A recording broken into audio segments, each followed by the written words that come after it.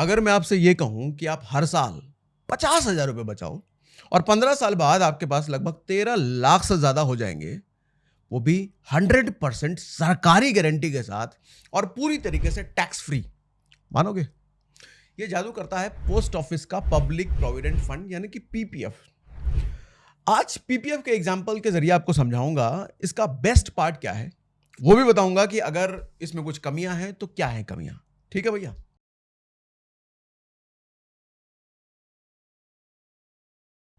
तो सबसे पहले ये समझो कि पीपीएफ है क्या।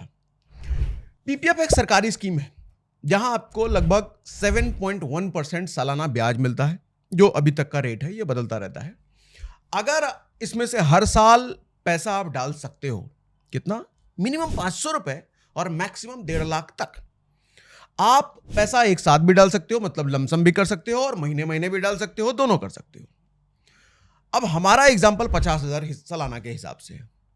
मान लो हर साल 50,000 रुपए पीपीएफ में आप डालते हो, यानी हर महीने करीब 4,166 रुपए आप डालते हो। पहले साल के बाद आपको 7.1% ब्याज मिलेगा, यानी कि लगभग 3,550 रुपए। दूसरे साल से ब्याज सिर्फ आपके पैसे पर नहीं मिलेगा, बल्कि पहले साल के ब्याज पर भी ब्याज मिलेगा। हर साल एक नया पैसा जुड़ता रहेगा और पुराने पैसे पर ब्याज भी बढ़ता रहेगा, यानी आपका पैसा ब्याज पर ब्याज देता है। इसको कहते हैं कंपाउंडिंग। अब डिटेल में समझाता हूं। देखो, अगर आप 50,000 रुपए हर साल पीपीएफ में डालते हो तो पहले साल के अंत में आपको करीब 3,550 रुपए ब्याज मिलेगा। मतलब पहले साल आपकी कुल रकम हो जाएगी लगभग 53,550 रुपए। फिर दूसरे, तीसरे, चौथे साल यह ब्याज और भी ज्यादा बढ़ता रहेगा, क्योंकि अब ब्याज आपके पुराने ब्याज पर और भी ज्यादा कमा रहा होगा। मतलब 5वें साल तक आते आते आपकी सालाना ब्याज की कमाई बढ़कर करीब 14,000 के आसपास हो चुकी होगी। इस टाइम तक आपका टोटल बैलेंस लगभग 2.5 लाख के आसपास पहुंच चुका होगा। 10वें साल में ब्याज का जादू और तेज हो जाएगा। मतलब आपको सिर्फ एक साल का ब्याज करीब 30,000 रुपए मिल रहा होगा उस वक्त तक। अब इस समय आपका टोटल बैलेंस जो होगा लगभग 6.8 लाख के करीब पहुंच चुका होगा। और 15वें साल में जब मैच्योरिटी होगी, उस साल का ब्याज लगभग 55,000 रुपए के आसपास होगा। सिर्फ ब्याज की बात कर रहा हूं। यानी टोटल जमा राशि की अगर बात करो तो 13,56,070 रुपए के आसपास ये पहुंच जाएगा। अब इनमें से आपका असली इन्वेस्टमेंट सिर्फ 7,50,000 ही था, ये ध्यान रखिएगा। बाकी जो 6,06,070 रुपए आए वो सिर्फ कंपाउंडिंग के जादू से आए।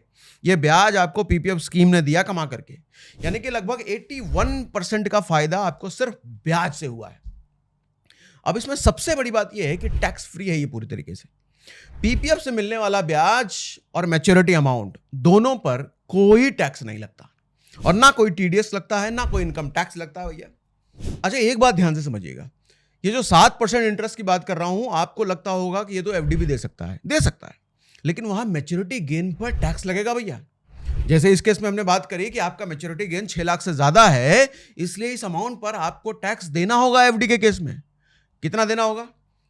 आपकी बिजनेस या जॉब, आप जो भी करते हो उसके अकॉर्डिंग आप जिस भी इनकम टैक्स स्लैब में आते हो उतना टैक्स आपको देना पड़ेगा। मगर पीपीएफ से मिलने वाले इस ब्याज पर कोई टैक्स नहीं लगता है। अब पीपीएफ में क्या सब कुछ अच्छा ही अच्छा है क्या? कुछ लिमिटेशंस भी हैं, वो भी बताता हूं।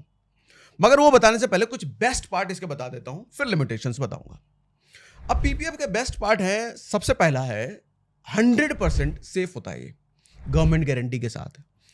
दरअसल पीपीएफ में पैसा भारत सरकार की गारंटी के तहत आता है, इसलिए इसमें रिस्क 0 के बराबर है। मार्केट क्रैश हो, मंदी आए, फिर भी आपका पैसा सेफ रहेगा। अब दूसरा है टैक्स फ्री, वो भी ट्रिपल बेनिफिट के साथ। ट्रिपल ई बेनिफिट बोलते हैं इसको। ट्रिपल ई का मतलब एग्जेम्प्ट, एग्जेम्प्ट, एग्जेम्प्ट। अब पहला एग्जेम्प्ट कैसे मिलेगा, मतलब पहला छूट कैसे मिलेगा? निवेश से।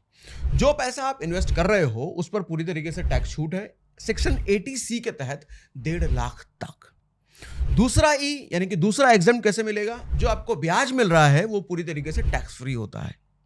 तीसरा एग्जेम्प्ट यानी कि तीसरे ई का मतलब मैच्योरिटी पर मिलने वाला पैसा भी, टोटल पैसा जो मिलेगा वो भी टैक्स फ्री होगा। तो ट्रिपल ई का मतलब एग्जेम्प्ट, एग्जेम्प्ट, एग्जेम्प्ट, छूट, छूट, छूट। तीसरा है कंपाउंडिंग का कमाल। ब्याज सालाना कंपाउंडिंग से लगता है भैया, यानी कि ब्याज पर भी ब्याज हर साल मिलता रहेगा। लॉन्ग टर्म में पैसे की ग्रोथ बहुत तेज हो जाती है। और चौथा होता है लोन और पार्शियल विड्रॉल। तीसरे और छठे साल के बीच आपको एक लोन फैसिलिटी भी मिलती है। 7वें साल से पार्शियल विड्रॉल का भी ऑप्शन आपको मिल जाता है। मतलब आप पार्शियल विड्रॉल भी कर सकते हो और अपने ही पैसे पर आप लोन भी ले सकते हो, बहुत नाम मात्र इंटरेस्ट पे करके। मतलब इमरजेंसी में थोड़ा बहुत पैसा आप निकाल भी सकते हो, ये ऑप्शन भी मिल जाता है आपको। अब पांचवा होता है नॉमिनेशन और जॉइंट सेफ्टी।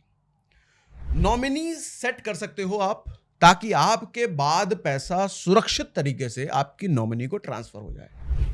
आप माइनर के नाम पे भी अकाउंट खुलवा सकते हो, अच्छी बात यह है। छठा है स्मॉल सेविंग से भी शुरुआत कर सकते हो भैया। इसमें मिनिमम 500 रुपए से 500 रुपए वो भी सालाना से अकाउंट चालू हो सकता है इसमें, और धीरे धीरे आप बढ़ाकर इसको 1.5 लाख रुपए तक भी निवेश लेके जा सकते हो।